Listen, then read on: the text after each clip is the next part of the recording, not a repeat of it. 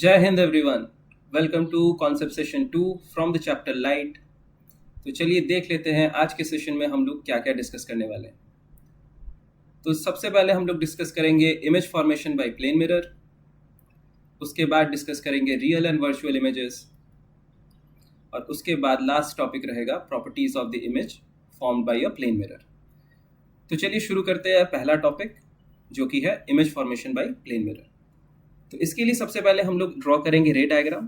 तो हम लोग एक सरफेस कंसिडर कर लेते हैं, एक हॉरिजॉन्टल सरफेस कंसिडर करते हैं। इसको हम लोग एक रेफरेंस लाइन भी बोल सकते हैं चाहे तो। इसी के ऊपर हम लोग अपना प्लेन मिरर प्लेस करेंगे परपेंडिकुलर।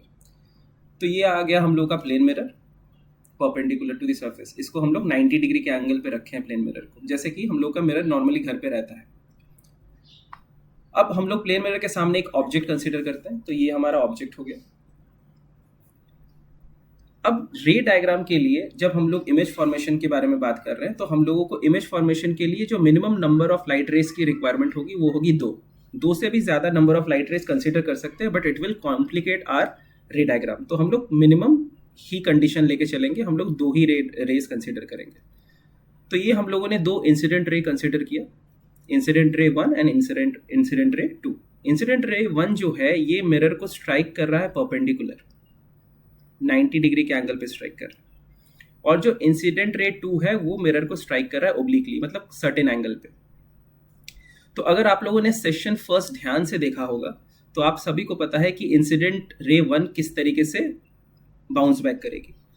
तो सेशन 1 में हम लोगों ने पढ़ा था कि अगर incident ray perpendicularly plane mirror को स्ट्राइक करता है तो उसी पाथ पे बाउंस बैक करती है, तो it will retrace the path. तो ये मेरा इंसिडेंट रे 1 तो इसी पाथ पे बाउंस बैक कर जाएगी।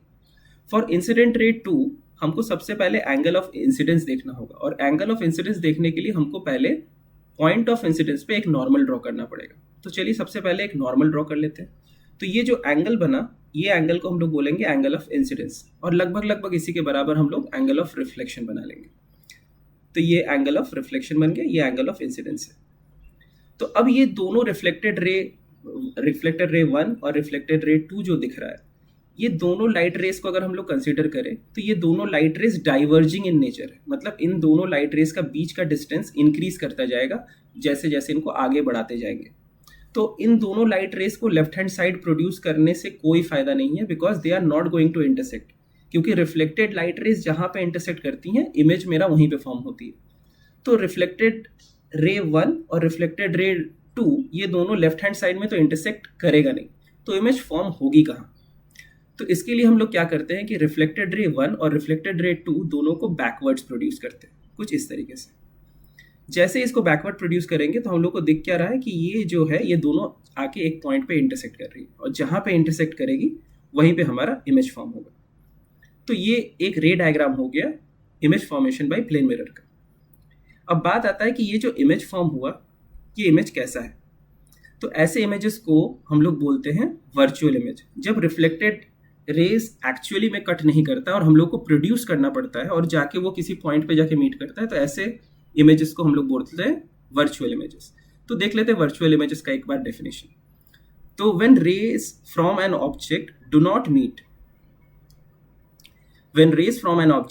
Meet at a point but appears to diverge from a point. तो इस पॉइंट से ये लाइट रेज डाइवर्ज होती हुई लग रही है, but appears to diverge from a point, then the image formed is known as virtual image।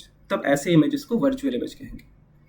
Virtual image को स्क्रीन पे भी ऑब्टेन नहीं कर सकते। तो जैसे कि हम लोग सुबह सुबह जब हम लोग स्कूल के लिए रेडी होते हैं या कहीं पे बाहर जाना होता है तब रेडी होते हैं, तो जो हम लोग प्लेन मिरर के सामने खड़े होकर रेडी हो रहे हैं, तो वो जो इमेज अपना बन रहा है मिरर के अंदर, तो उस इमेज को हम लोग किसी स्क्रीन पे ऑब्टेन नहीं कर सकते। क्यों? क्योंकि वो इमेज वर्चुअल इमेज है। तो रियल इमेज क्या होगी? अगर रिफ्लेक्टेड रे 1 और रिफ्लेक्टेड रे 2 सच में किसी पॉइंट पे जाके इंटरसेक्ट करे, तब वैसे इमेजेस रियल इमेजेस होती है। तो इसका भी डेफिनेशन देख लेते हैं। When rays of light from an object actually meet at a point after reflection, then the image of that object is known as real image. तो ये जो रियल इमेज का डेफिनेशन है ये और भी ज्यादा क्लियर हो जाएगा जैसे ही हम लोग स्फेरिकल मिरर के टॉपिक पे जाएंगे, तो उसके लिए आप लोग थोड़ा सा वेट कीजिएगा। तो अगर रिफ्लेक्टेड रे सच में कट कर रहा है, किसी पॉइंट पे जाके मीट कर रहा है, तो इमेज जो फॉर्म होगा वो रियल होगा।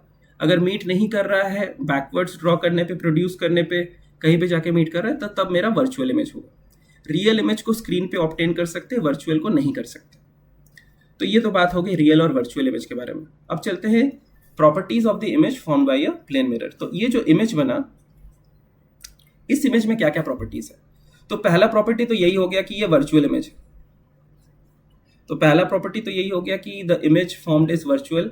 और वर्चुअल इमेज जो है हमेशा सीधा बनता है, तो बोलते हैं वर्चुअल एंड इरेक्ट। तो जब भी वर्चुअल बोलेंगे तो वर्चुअल के साथ में कॉम्प्लीमेंट्री समझ लीजिए, इसके साथ लिखेंगे कि वर्चुअल एंड इरेक्ट, मतलब वर्चुअल और सीधा बन रहा है इमेज। तो जब भी आप लोग सुबह सुबह तैयार होंगे या कहीं बाहर जाना है तब तैयार होंगे मिरर के सामने खड़े होके, तो इमेज सीधी बनती है, ये नहीं कि उल्टा बनेगा। दूसरा प्रॉपर्टी क्या है? अगर ध्यान से देखें तो ये जो ऑब्जेक्ट का साइज है और जो इमेज का साइज है, ये दोनों सेम है। तो अगर कोई स्टूडेंट है, लेट्स से कि वो अगर 5.5 या 5 फीट का है, तो उसका इमेज भी 5 फीट का ही बनेगा। अगर कोई 6 फीट का स्टूडेंट है तो उसका इमेज भी 6 फीट का बनेगा। तो जितना ऑब्जेक्ट का साइज होगा, इमेज का भी साइज उतना ही होगा। थर्ड प्रॉपर्टी क्या होती है कि ये जो डिस्टेंस होता है, अगर कोई पर्सन लेट्स से कि एक डी डिस्टेंस पे खड़ा हुआ है मिरर से, तो उसका इमेज मिरर के पीछे कितने डिस्टेंस पे बनेगा? तो बोलेंगे एग्जैक्टली उतने ही डिस्टेंस पे बनेगा, डी डिस्टेंस पे ही बनेगा।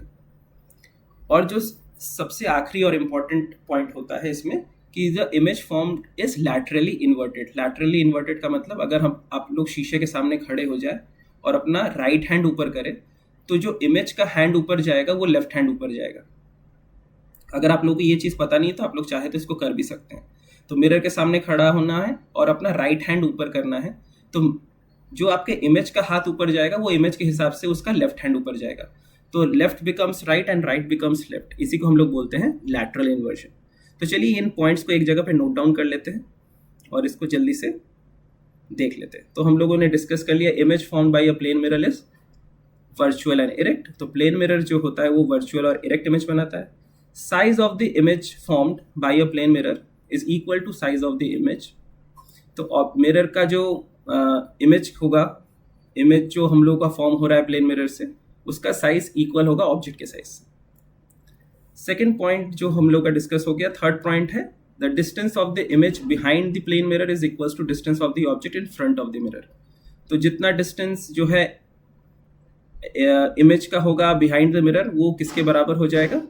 ऑब्जेक्ट का distance in front of the mirror. तो ये भी चीज़ हम लोगों ने रे डायग्राम के थ्रू ही देख लिया। And the final point is the image formed by a plane mirror is laterally inverted. तो ये भी हम लोगों ने बात कर लिया कि left becomes right and right becomes left.